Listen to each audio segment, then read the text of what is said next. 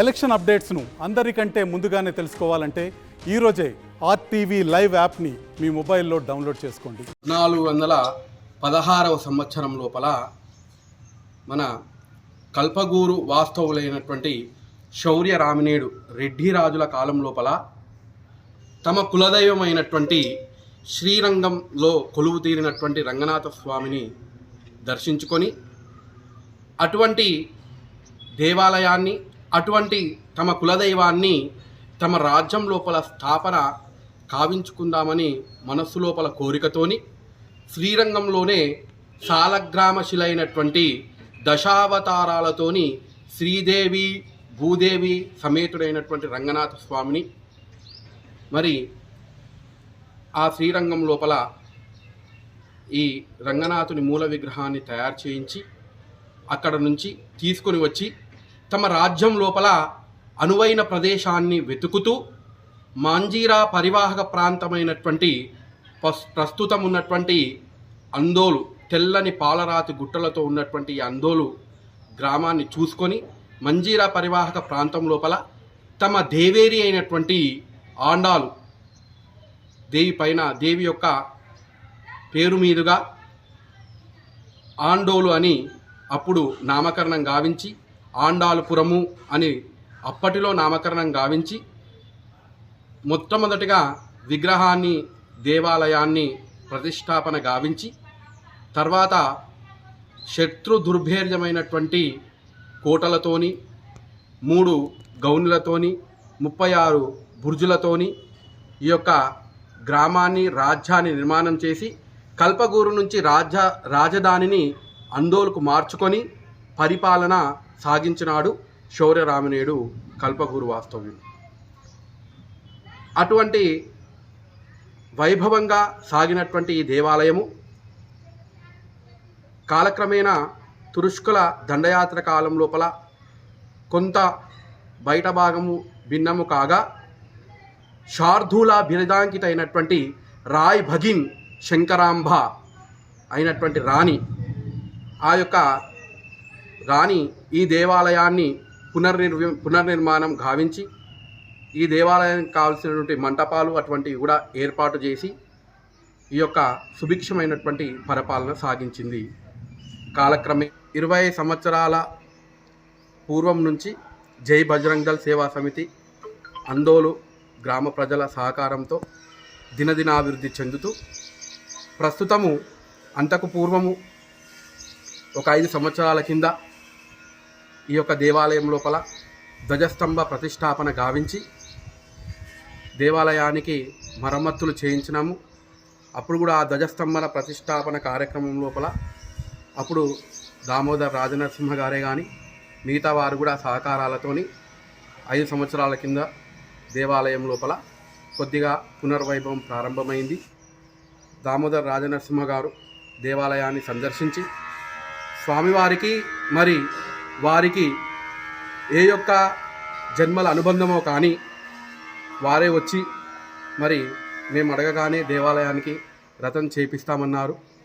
మరి సుమారు మా ముత్తాతల కాలం లోపల చూసినటువంటి రథం సుమారు 200 సంవత్సరాల పూర్వమే రథాన్ని ఈ గ్రామం లోపల ఉండే. మరి ఈ 200 సంవత్సరాల క్రితం ఆగిపోయినటువంటి రథోత్సవము ఈ సంవత్సరం బ్రహ్మోత్సవాల లోపల 31 తేదీ రోజు అంగరంగ వైభవంగా జరగబోతున్నది. ఆ రథానికి సుమారు 16 నుంచి 20 లక్షల ఖర్చుతోని ప్రస్తుతము ఆరోగ్య శాఖ మంత్రి భరిస్తూ నూతన రథాన్ని తయారు చేపిస్తున్నారు. మరి ఈ యొక్క రథ వైభవం ఏమిటి అంటే మరి స్వామివారికి 25 సాయంత్రం రోజున విష్ణు సహస్రనామ స్తోత్ర పారాయణంతో విశ్వక్సేన ఆరాధన పుణ్యవాచనంతో ఈ యొక్క కార్యక్రమం ప్రారంభమవుతుంది. 26 ఉదయము యాగశాల ప్రవేశము. ఈసారి నూతనంగా 2 లక్షల వ్యయంతో పట్లోల సురత్వం రెడ్డి గారు ఈ యొక్క యాగశాల నిర్మాణం గావించినారు. ఆ యాగశాల ప్రవేశము, అఖండ దీపారాధన, మూర్తి కుంభస్థాపన ఈ యొక్క కార్యక్రమం కూడా జరుగుతుంది. ఈరోజు గరుడ ప్రసాదం మన దేవాలయం లోపల 5 సంవత్సరాల నుండి బ్రహ్మోత్సవ కార్యక్రమాలు జరుగుతున్నాయి. ప్రతి సంవత్సరం కూడా గరుడ ప్రసాదం ఇస్తారు. ఆ గరుడ ప్రసాదంకు విశేషమైనటువంటి స్పందన ఉంటుంది. వచ్చిన అందరు దంపతులు కూడా సంతానం కోరుకునే దంపతులు వేరే వేరే జిల్లాల నుంచి కూడా వస్తున్నారు. వారందరూ కూడా సంతానం కలగడం జరుగుతుంది. ఎందుకంటే ప్రతి గ్రామం లోపల దేవాలయాలు ఇప్పుడు నూతనంగా ప్రతిష్ట గావిస్తున్నాం. కానీ ఈ దేవాలయం పురాతనమైన చెక్కు చెదరని 1416 సంవత్సరం లోపల నిర్మించినటువంటి దేవాలయం గనక ఇక్కడ ఆగమ శాస్త్రోక్తంగా పూజా కార్యక్రమాలు జరుగుతుంటాయి గనక స్వామి యొక్క పరిపూర్ణ అనుగ్రహంతో కోరిన కోరికలకు అన్నీ కూడా నెరవేరుస్తూ కొంగు బంగారంలా వెలిసిల్లుతూ సంతానం కోరుకునే దంపతులు 26 ఉదయం 10 గంటల వరకు సాంప్రదాయ దుస్తులు ధరించి దంపతులు ఇద్దరు కూడా దేవాలయంకు చేరుకొని గరుడ ప్రసాదం తీసుకోవచ్చు. అందులో భాగంగా 28వ తేదీ శ్రీ భూనీలా సమేత రంగనాథ స్వామి వారితో పాటు ఉత్సవ విగ్రహాలైనటువంటి చతుర్భుజ మురళీకృష్ణులు రుక్మిణి సత్యభామ వార్ల యొక్క తిరుకల్యాణ మహోత్సవం జరుగుతుంది. అదేవిధంగా 31వ తారీఖు సాయంత్రము 4 గంటలకు రథోత్సవ కార్యక్రమం జరుగుతుంది.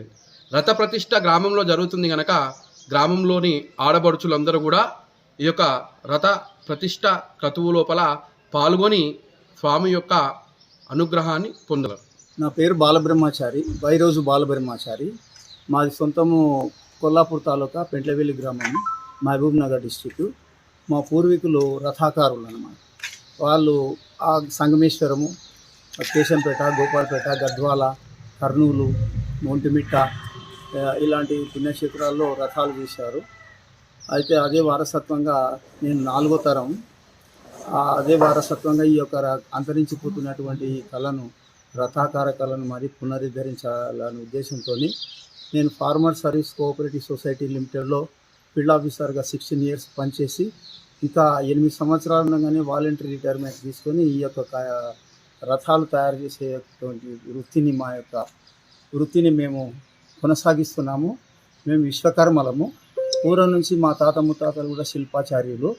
అదే వృత్తి ఉండాలని చెప్పేసి అంతరించిపోతున్న కళను మళ్ళీ బ్రతికించాలని చెప్పి ఒక 8, 9 మంది 10 మంది దాకా వర్కర్స్తోని ఒక వర్క్షాప్ని ఏర్పాటు చేసేసుకొని ఈ యొక్క నిజామాబాదు, నల్గొండ, తర్వాత మేదక్, సంగారెడ్డి డిస్టిక్ అందోల్ గ్రామంలో రంగనాథ స్వామి వారికి ఇక్కడ చక్రరథంను పెద్ద వేగిసతో తయారు చేస్తున్నాము. ఈ పెద్ద వేగిస కర్ర సుమారుగా 200-300 సంవత్సరాల వరకు లైఫ్ ఉంటుంది. ఏ కర్ర కన్నా ఇంకా చాలా బలిష్టంగా ఉంటుంది, చాలా డ్యూరబిలిటీ ఉంటుంది. దీంట్లో ఆయిల్ పర్సెంటేజ్ ఉంటుంది. అందుకోసం మేము బల్లార్చ నుంచి గవర్నమెంట్ యాక్షన్లో పాల్గొని కట్టె తీసుకొచ్చి కటింగ్ చేసి తయారు చేస్తూ ఉంటాము. నల్గొండ, నిజామాబాద్, కర్నూలు, కడప, కర్ణాటకలో సర్జాపూర్ ఇలాంటి విలేజెస్లో ఇలాంటి పట్టణాల్లో కూడా మేము రథాలు చేశాము. పత్తికొండ డిస్టిక్ రంగనాథ స్వామి దేవాలయం పెరవల్లిలో కూడా పెద్ద రథాన్ని చేశాము. ఇంకా కొనసాగిస్తున్నాము.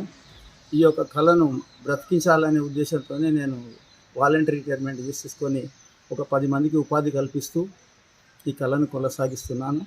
ఈ యొక్క రథానికి మేము 4 నెలల సమయం తీసుకొని తయారు చేస్తున్నాము. ఈ యొక్క రథము 16 లక్షల రూపాయలకు మేము కాంట్రాక్ట్ తీసుకున్నాము. యాక్చువల్గా అది 19 lakhs దాకా అవుతుంది. కానీ చందాలు వేసుకొని మరి ఎమ్మెల్యే గారు, మరి మినిస్టర్ గారు సహకారంతో చేస్తున్నారు అన్నందుకు కొంత మేమే తగ్గించుకొని ఈ యొక్క కార్యక్రమంలో ఈ రంగనాథ స్వామికి చక్రరథాన్ని సర్వాంగ సుందరంగా తీర్చిదిద్దాలనే ఉద్దేశంతో ఈ 25వ తారీఖు వరకు మేము పూర్తి చేసి ఇవ్వగలమని చెప్పి. రథం యొక్క ఎత్తు కలశంతో కలిసి 21 అడుగులు అవుతుంది, వెడల్పు 8 అడుగులు అవుతుంది. కనుక ఈ యొక్క రథాన్ని చాలా మంచిగా చేస్తున్నాము. ఈ యొక్క రథాన్ని పూర్తి చేసి స్వామివారికి సమర్పించాలని ఉద్దేశంతో మేము పూర్తి చేస్తున్నాం. ఈ రథాన్ని స్టీరింగ్ సిస్టంలో ఎక్కడైనా తిరగడానికి అనుకూలంగా ఉండేటట్టు మేము తయారు చేస్తున్నాము. ఈ రథానికి జయ విజయులు, ఆంజనేయ స్వామి, స్వామివారి వాహనమైనటువంటి గరత్మంతుడు, తర్వాత అష్టలక్ష్మి, తర్వాత ఈ నారదుడు, తుంబురుడు, అమ్మవారి బొమ్మలు ఇవన్నీ తయారు చేస్తున్నాము. ముందల గజకేసరులు పెట్టాము. సింహాలు, ఏనుగులు ఈ దూలాలకు, ఏదైతే రథానికి ముందు భాగంలో ఉండేటువంటి దూలాలకు ఏనుగు ముఖాలు, సింహం ముఖాలు ఉన్నాయి. తర్వాత ముందలి భాగంలో గజకేసర్లు రెండు గుర్రాలు ఇవన్నీ తయారు చేసి మేము ఇక్కడ దీనికి ఫిట్ చేయడం జరుగుతుంది. మరిన్ని వీడియోస్ కోసం ఛానల్ ని సబ్స్క్రైబ్ చేయండి. లేటెస్ట్ అప్డేట్స్ కోసం వాట్సాప్ ఛానల్ ని ఫాలో చేయండి. అండ్ లింక్ డిస్క్రిప్షన్ లో ఉంది.